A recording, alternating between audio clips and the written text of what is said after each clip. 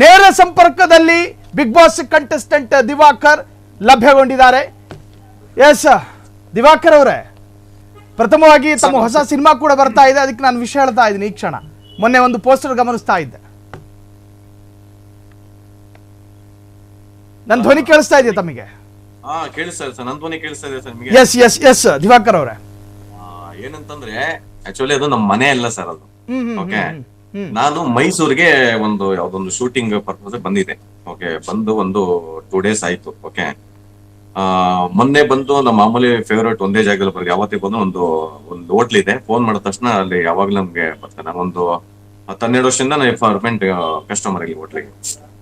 So ಮೊನ್ನೆ ನಾನು ಮಂಡ್ಯದಿಂದ ಬಂದು ಮಂಡ್ಯದ ಯಾರನ್ನ ಭೇಟಿ ಆಗ್ಬೇಕಾಯ್ತು. ಭೇಟಿ ಆಗ್ಬಿಟ್ಟು ಬಂದ್ಬಿಟ್ಟು ಸುಮಾರು ಒಂದು 8 ಗಂಟೆ ಅಥವಾ ಒಂದು 7:30 8 ಗಂಟೆ ಒಳಗಡೆ ಬಂದು ನಿಲ್ಸಿದೆ ಕಾರ್ಡ್ನ. ಓಕೆ, ಸ್ವಲ್ಪ ಹಿಂದೆ ನಿಲ್ಸಿದೆ. ಹಿಂದೆ ನಿಲ್ಸಿದ್ಮೇಲೆ ಸ್ವಲ್ಪ ಹೊತ್ತು ಆ ಕಡೆ ಊಟ ಗೀಟ ಮಾಡ್ಕೊಂಡ್ಮೇಲೆ ಆಮೇಲೆ ತಿರ್ಗಾ ಬಂದು ಸರ್ ಸ್ವಲ್ಪ ಮುಂದೆ ಹಾಕಿ ಸರ್ ಕಾರ್ನ, ಹಿಂದ್ಗಡೆ ಪಾರ್ಕಿಂಗ್ ಇರುತ್ತೆ ಅಂತ. ಆಕ್ಚುಲಿ ಅದೆಲ್ಲ ಪಾರ್ಕಿಂಗ್ ಅದು. ಓಕೆ, ಸರಿ ಅಂದ್ಬಿಟ್ಟು ಸ್ವಲ್ಪ ಮುಂದೆ ನಿಲ್ಸ್ಬಿಟ್ಟು ಸರಿ ಮಲ್ಕೊಂಡ್ಮೇಲೆ ಸುಮಾರು ಬೆಳಿಗ್ಗೆ ಒಂದು 6 ಗಂಟೆಗೆ ಫುಲ್ ಬಾಗಿಲು ತರ್ತವ್ರೆ ಯಾರು ಲಾಡ್ಜ್ ಅವರು. ಓಕೆ, ನಾನು ಏನು ಇಷ್ಟೊತ್ತಲ್ಲಿ 6 ಗಂಟೆ ಮೇಲೆ ಇಷ್ಟೊತ್ತು ಯಾಕೆ ಡಿಸ್ಟರ್ಬ್ ಮಾಡ್ತಾರೆ ಅಂತ ಸುಮ್ಮನೆ ಬೈಕೊಂಡೆ ನಾನು. ಯಾಕಂದ್ರೆ ಮಲ್ಗೋಕ್ ಬಿಡೋದು ಯಾಕೆ ಇಷ್ಟ ಡಿಸ್ಟರ್ಬ್ ಮಾಡ. ಆಮೇಲೆ ಓಪನ್ ಮಾಡಿದ ತಕ್ಷಣ ನಮ್ಮ ಹುಡುಗ ಇದ್ದ ವರುಣ ಅಂತ, ಅವನು ತಕ್ಷಣ ಓಪನ್ ಗಾಡಿ ಇದ್ಕಿದಂಗೆ ಗಾಡಿ ಹೋಗ್ತಾ ಇದೆ, ಬನ್ನಿ ಬನ್ನಿ ಬನ್ನಿ ಅಂತ ತಕ್ಷಣ ಗಾಬರಿ ಆಗ್ಬಿಡ್ತು. ಈ ಹುಡುಗ ಹೋದ, ನಾನು ಹೋಗಿಲ್ಲ.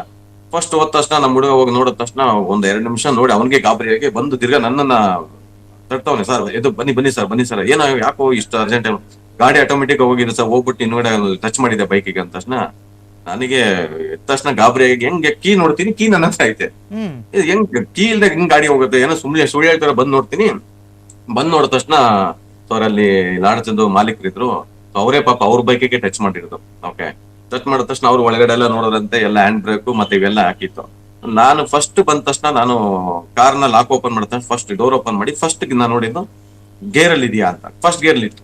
ಆಮೇಲೆ ಹ್ಯಾಂಡ್ ಬ್ರೇಕ್ ಗಟ್ಟಿಯಾಗಿ ಎಳೆದಿತ್ತು, ಯಾಕಂದ್ರೆ ಯಾವಾಗ್ಲೂ ಗಟ್ಟಿ ಹೇಳ್ಬಿಟ್ಟೆ ಇದು ಮಾಡೋದು, ಯಾಕಂದ್ರೆ ಅದು ಸೇಫ್ಟಿಗೆ ಇರ್ಲಿ ಅಂತ. ಅದ ನಂತರ ಓಪನ್ ಮಾಡಿದ ತಕ್ಷಣ ಗಾಡಿ ನೋಡ್ತೀನಿ, ನಮ್ಮ ಫಸ್ಟ್ ಹೊಗೆ ಬರ್ತಾ ಇತ್ತು ಅಂತ ತಕ್ಷಣ ಓಪನ್ ಮಾಡಿದ ತಕ್ಷಣ ಒಂಥರ ಸ್ಮೆಲ್ ಬರ್ತಾ ಇತ್ತು ಫುಟೋದಂಗೆ. ನಾನು ಆಮೇಲೆ ಏನ್ ಹಿಂಗಾಯ್ತಲ್ಲ ಅಂದ್ಬಿಟ್ಟು ನಾನು ಕೇಳಿ ಅವ್ರು ಅರ್ಧ ಗಂಟೆ ಅವರು ಲಾಡ್ಜವ್ರಿಗೂ ಬಹಳ ಇದಾಗ್ಬಿಡ್ತು. ಯಾಕಂದ್ರೆ ಆಟೋಮೆಟಿಕ್ ಗಾಡಿ ಯಾವ್ದು ಮೂವ್ ಆಗಲ್ಲ, ಸಾವಿರಾರು ಗಾಡಿಗಳಿದೆ ಅಕ್ಕಪಕ್ಕ. ಯಾಕಂದ್ರೆ ಆಕ್ಚುಲಿ ನಾನು ಯಾವತ್ತೇ ಗಾಡಿಗಳನ್ನ ನಿಲ್ಸ್ಬೇಕಾದ್ರೆ ಹಿಂಗ್ ತಿರ್ಗ್ಸಲ್ಲ, ಉಲ್ಟಾ ಆ ಕಡೆ ತಿರ್ಗಿಸ್ಬಿಟ್ಟು ನಿಲ್ಲಿಸ್ತೀನಿ. ಯಾಕಂದ್ರೆ ಸುಮ್ನೆ ಯೂ ಟರ್ನ್ ಮಾಡ್ಕೊಂಡು ಬ್ಯಾಕ್ ಗಾಡಿ ನಿಂತಿರ್ತಾರೆ, ಯಾಕೆ ಹಿಂಗಂದ್ರೆ ಸ್ಟ್ರೈಟ್ ಹೋಗ್ಬೋದು ಅಂತ. ಹಂಗ ಮೊನ್ನೆ ಯಾವ್ದೋ ಒಂದು ಅನಿವಾರ್ಯಕ್ಕೆ ಹಿಂಗ್ ನಿಲ್ಲಿಸ್ತೆ ಅಂದ್ರೆ ಸೇಫ್ಟಿ ಆಯ್ತದು. ಆ ಉಲ್ಟಾ ಏನಾದ್ರು ನಿಲ್ಸಿದ್ರೆ ಮೊಕ್ಕಬಾಗ ನಾನು ಆ ಕಡೆ ನಿಲ್ಸಿದ್ರೆ ಅದು ಮೇನ್ ರೋಡ್, ಆಟೋಮೆಟಿಕ್ ಹೋಗಿದ್ರೆ ಮೇನ್ ರೋಡ್ ಹೋಗಿದ್ರೆ ಎಷ್ಟು ಜನಕ್ಕೆ ಅಕಸ್ಮಾತ್ ಯಾರಿಗೆ ಹೆಚ್ಚು ಕಮ್ಮಿ ಆಗಿ ಏನೋ ಒಂದು ಅನಾಹುತ ಆಗಿದ್ರೆ ಯಾರು ಜವಾಬ್ದಾರಿ? ಯಾಕಂದ್ರೆ ಯಾರು ನಂಬಲ್ಲ. ಯಾಕಂದ್ರೆ ಕಂಪ್ಲೀಟ್ ಎಲ್ಲ ಗುದ್ದಿದ್ಮೇಲೆ ನಾನು ಓಡ್ಸಿಲ್ಲ ಅಂದ್ರೆ ನಂಬ್ತಾರ, ಆಮೇಲೆ ನಾವು ಬರ್ತೀವಿ, ಇಲ್ಲ ನೀವೇ ಓಡ್ಸಿ ಯಾರು ಗುದ್ದೋಗಿರ ಅಂದ್ಬಿಟ್ರೆ. ಇದು ಫಸ್ಟ್ ಟೈಮ್. ಅದಾದ್ಮೇಲೆ ಫಸ್ಟ್ ನಾನು ಏನ್ ಮಾಡಿದ್ರೆ, ಒಂದು ನನ್ನ ಗೆಳೆಯರೊಬ್ರು ಇದ್ದಾರೆ ಮೆಕ್ಯಾನಿಕ್, ಒಂದು 7 ಗಂಟೆ ಅವ್ರು ಫೋನ್ ಮಾಡಿದ ತಕ್ಷಣ ಹಿಂಗ ಆಯ್ತು ಕಾರ್ ಅಂದಾಗ ಅವ್ರು ನಂಬಿಲ್ಲ. ಸರಿ ನಂಬಿತ್ತ ಅಂದ ತಕ್ಷಣ ಈ CC ಕ್ಯಾಮ್ರಾ ಇತ್ತು, ಅದನ್ನ ಅವರು ರೆಕಾರ್ಡಿಂಗ್ ಮಾಡ್ಕೊಡಿ ಅಂದ್ರೆ ರೆಕಾರ್ಡಿಂಗ್ CC ಕ್ಯಾಮ್ರಾ ಕಳಿಸ್ತೇವೆ ಅವ್ರಿಗೆ. ಫಸ್ಟ್ ಓಪನ್ ಮಾಡ್ತೀನಿ, ಗಾಡಿ ಆಟೋಮೆಟಿಕ್ ಆಗಿ ಯಾರೋ ಕುಂತು ಮೂವ್ ಮಾಡ್ತಾರೆ. ಹೊಸಬ್ರು ಡ್ರೈವಿಂಗ್ ಕಲಿಬೇಕಾದ್ರೆ ಮೂವ್ ಮಾಡ್ತಾರಲ್ಲ ಸರ್. ಸರ್ ಕೇಳಿಸ್ತಾ ಇದೆಯಾ ದಿವಾಕರ್? ಆ ಸ್ಥಳದಲ್ಲಿ ಇದೀರಾ ತಾವೀಗ ಅಲ್ಲೇ ಇದ್ದೀರಾ? ಹೌದು ಸರ್, ಸ್ಥಳ ತೋರಿಸಬಹುದಾ ದಿವಾಕರ್? ಸಾಧ್ಯ ಆದ್ರೆ ತೋರಿಸುವಂತ ಪ್ರಯತ್ನ ಮಾಡಿ. ಸರ್ ಅಲ್ಲೇ ಇದೆ ಸರ್, ಇದೇ ಪ್ಲೇಸ್ ಅಲ್ಲಿ ನಿಲ್ಸಿ ಸರ್. ಸಮತಟ್ಟವಾದಂತ ಪ್ರದೇಶ ಅಲ್ವಾ ಅದು? ಹೌದು, ಇಲ್ಲೆಲ್ಲ ನೋಡಿ ಸರ್ ಪಾರ್ಕಿಂಗ್ ನಿಂತಿದೆ ಗಾಡಿ. ಅಲ್ಲ ಸರ್, ತಮ್ಮ ಕಾರನ್ನ ಹಿಂದ್ಗಡೆಯಿಂದ ಯಾರಾದ್ರೂ ತಳ್ಳಿದ್ರೆ ಹೋಗೋ ಸಾಧ್ಯತೆಗಳಿದಾವ? ಅಷ್ಟು ಚಾನ್ಸಸ್ ಇಲ್ಲ ಸರ್, ಚಾನ್ಸಸ್ ಇಲ್ಲ. ಏನಕ್ಕಂದ್ರೆ ತಳ್ಳಿದ್ರೆ ಹೋಗಂತದೇನಿದ್ರೆ ಅಂದ್ರೆ ಅಲ್ಲಿ ಹಿಂದ್ಗಡೆ ನೀವು ಕಾಣಿಸುತ್ತಲ್ಲ, ಯಾರ ತಳ್ಳಿ ಗುದ್ದಿದ್ರೆ ಅಟ್ಲೀಸ್ಟ್ ಅದ್ರಲ್ಲಿ ಗೊತ್ತಾಗತ್ತಲ್ಲ ಸರ್. ಕ್ಯಾಮ್ರಾದಲ್ಲಿ ನಿಮ್ಗೆ ನಾನು ವಿಡಿಯೋ ಕಳಿಸ್ಕೊಡ್ತೀನಿ ನಿಮ್ಗೆ. ಯಾರು ತಳ್ಳಿಲಿ, ಯಾರು ನೂಕಿಲ್ಲ, ಒಬ್ರು ಒಳಗಡೆ ಯಾರು ಇಲ್ಲ. ಅದು ಝೂಮ್ ಹಾಕು ನೋಡಿದೆ ನಾನು. ಓಕೆ, ಆಮೇಲೆ ನಮ್ಮ ಆನಂದ್ ಅಂತ ಒಬ್ರು ಮೆಕ್ಯಾನಿಕ್, ಅವ್ರಿಗೆ ಫಸ್ಟ್ ನಾನು ವಿಡಿಯೋ ಮಾಡಿದ ತಕ್ಷಣ ಡೌನ್ಲೋಡ್ ಮಾಡಿ ಕಳಿಸ್ದೆ. ಅವ್ರು ನೋಡಿ ಸರ್ ಫಸ್ಟ್ ನೀವು ದೇವಸ್ಥಾನಕ್ಕೆ ಹೋಗ್ಬಿಡಿ ನಿಜವಾಗ್ಲು. ಆಮೇಲೆ ಫಸ್ಟ್ ಹೇಳಿದ್ರು, ಏನು ಕಾಮಿಡಿ ಮಾಡ್ತಾ ಇದಾರ ಸರ್ ನಿಮ್ಮ ಅಂದ್ರು. ಏನಕ್ಕೆ ಕಾಮಿಡಿ, ನಿಜವಾಗ್ ದೇವ್ರ ಹೆಂಗ್ ಆಗಿದೆ ಅಂತ, ಏನ್ ದೇವ್ದ ಸಿನಿಮಾನ ಮಾಡ್ತಾ ಇರ ಅಂತ ಹೇಳೋರು. ನಾನ್ ಆಮೇಲೆ ಸುಮ್ನೆ ನಕ್ರೆ ಅಂತ ಹಂಗೆಲ್ಲ ಇಲ್ಲ.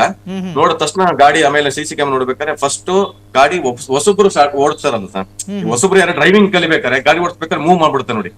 ಸೊ ಆ ತರ ಮೂವ್ ಮಾಡಿ, ಅದೇನಂದ್ರೆ ಇದು ರೋಡ್ ಬಂದು ಡೌನ್ ಇಲ್ಲ. ಡೌನ್ ಇದ್ರೆ ಅಟ್ಲೀಸ್ಟ್ ಹ್ಯಾಂಡ್ ಬ್ರೇಕ್ ಹಾಕಿದ್ರೆ ಹೋಗಂಗಿಲ್ಲ, ಡೌನ್ ಇಲ್ಲ, ಹಿಂಗಿದೆ ರೋಡ್ ಅಂದ್ರೆ ಸ್ಟ್ರೈಟ್ ಇದೆ. ಆ ಸ್ಟ್ರೈಟ್ ಬಂದ್ಮೇಲೆ ಇಲ್ಲಿ ಗುದ್ದುತ್ತಲ್ಲ, ಗುದ್ಕ ಬರ್ಬೇಕು, ನೀವು ಅಬ್ಸರ್ವ್ ಮಾಡ್ಬೋದು CC ಕ್ಯಾಮ್ರಾದ ಇದರಲ್ಲಿ ಹಿಂಗಿದೆ. ಆದ್ರೆ ಅಪ್ಪಿದೆ, ಅಪ್ಪುನು ಕೂಡ ದಾಟ್ಕ ಬರ್ತಾ ಇದೆ. ಅದು ಅರ್ಥ ಆಯ್ತಾ ಸರ್ ಹೇಳ್ತಾ ಇರೋದು? ಹೌದು. ಅದು ಫುಲ್ ಲೆವೆಲ್ ರೋಡ್ ಇದೆ. ಲೆವೆಲ್ ರೋಡ್ಗೆ ಯಾವ್ದಾರ ಗಾಡಿ ಹಿಂಗ್ ಬರ್ಬಾರ್ದಂತ ಸ್ವಲ್ಪ ಇಲ್ಲಿ ಅಪ್ಪ ಹಾಕಿದ್ದಾರೆ. ಅಂದ್ರೆ ಮುಂದೆ ಬಂದು ಕೂಡ ಅಲ್ಲೇ ನಿಲ್ಲಂಗೆ ಅದನ್ನು ನುಗ್ಕೊಂಡು ಬರ್ತಾ ಇದೆ ಗಾಡಿ, ಅಂದ್ರೆ ಅರ್ಥ ಮಾಡ್ಕೊಳ್ಳಿ. ಸರ್ ಇಲ್ಲಿ ನಮ್ಮ ಹುಡುಗರು ಕೇಳ್ತಾ ಇದ್ರು, ಒಂದು ವೇಳೆ ಎದುರುಗಡೆ 2 ಗಾಡಿಗಳು ಇಲ್ದಲೇ ಇದ್ದಿದ್ರೆ ಗತಿ ಏನು ಅಂತ, ಇದ್ರದ್ದು ಸ್ಟಾಪ್ ಎಲ್ಲ ಆಗ್ತಾ ಇತ್ತು. ಏನಾಯ್ತಂದ್ರೆ ಎಲ್ಲಾ ಚಾನೆಲ್ಗೂ ಒಂಥರ ಆಹಾರ ಆಗ್ಬಿಡ್ತಾ ಇದೆ ನನ್ ಕಂಪ್ಲೀಟ್ ಏನಂದ್ರೆ, ಯಾಕಂದ್ರೆ ಸರ್ ಏನಾದ್ರು ಅನಾಹುತ ಆದ್ಮೇಲೆ ಹಿಂಗೆಲ್ಲ ಆಯ್ತು ಅಂದ್ರೆ ಯಾರು ಕೇಳಲ್ಲ. ಫಸ್ಟ್ ಕೇಳೋದು ನೀವೇ ತಗೊಂಡೋಗಿ ಗುದ್ದಿದ್ರ ಅಂತ ಹೇಳೋದು.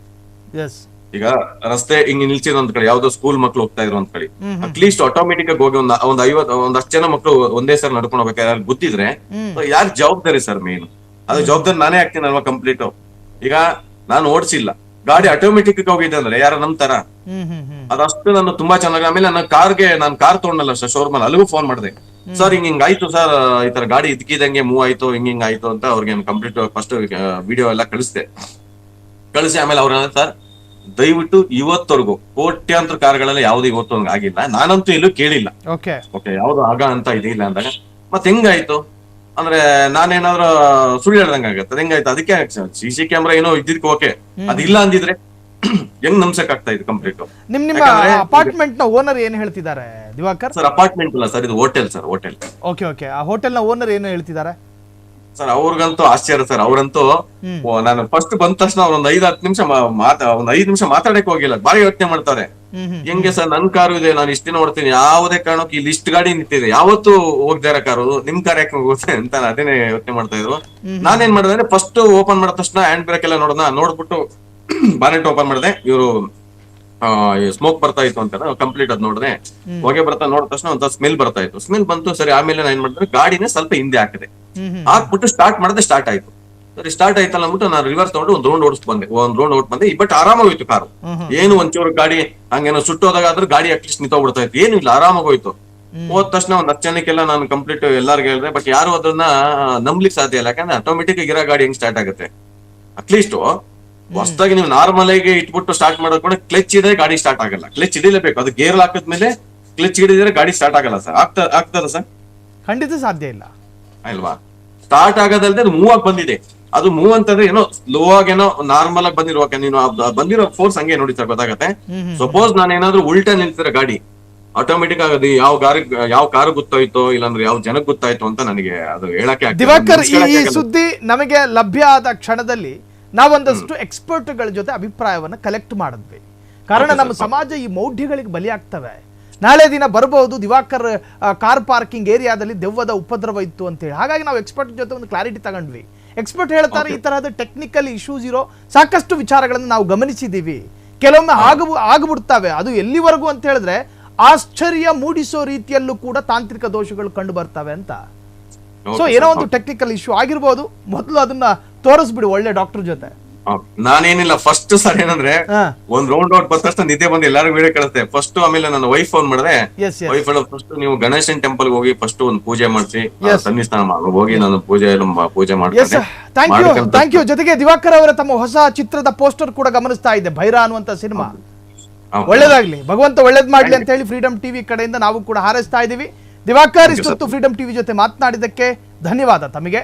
ಒಟ್ಟಾರೆ ದಿವಾಕರ್ ಕಾರು ಇದ್ದಕ್ಕಿದ್ದ ಹಾಗೆ ಮೂವ್ ಆಗುತ್ತೆ. ಇಷ್ಟದ ವ್ಯಕ್ತಿ ತೆಗೆದುಕೊಟ್ಟ ಅಥವಾ ಅದಕ್ಕೆ ಸಹಕಾರ ಕೊಟ್ಟ ಏನು ಕಾರ್ ಆಗಿತ್ತದು, ಇದ್ದಕ್ಕಿದ್ದ ಹಾಗೆ ಮೂವ್ ಆಗುತ್ತೆ. ಹ್ಯಾಂಡ್ ಬ್ರೇಕ್ ಹಾಕೊಂಡಿದ್ದೆ, ಎಲ್ಲವೂ ಹಾಕಿಕೊಂಡ್ರೂ ಕೂಡ ಯಾಕೆ ಮೂವ್ ಆಯಿತು ಅನ್ನೋ ಆಶ್ಚರ್ಯ ಮತ್ತು ಗೊಂದಲಕ್ಕೆ ಕಾರಣ ಆದೆ.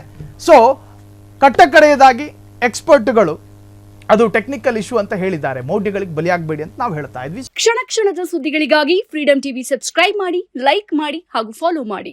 ಹೊಸ ಸುದ್ದಿಗಳ ನೋಟಿಫಿಕೇಶನ್ಗಾಗಿ ಬೆಲ್ ಐಕಾನ್ ಮೇಲೆ ಕ್ಲಿಕ್ ಮಾಡಿ.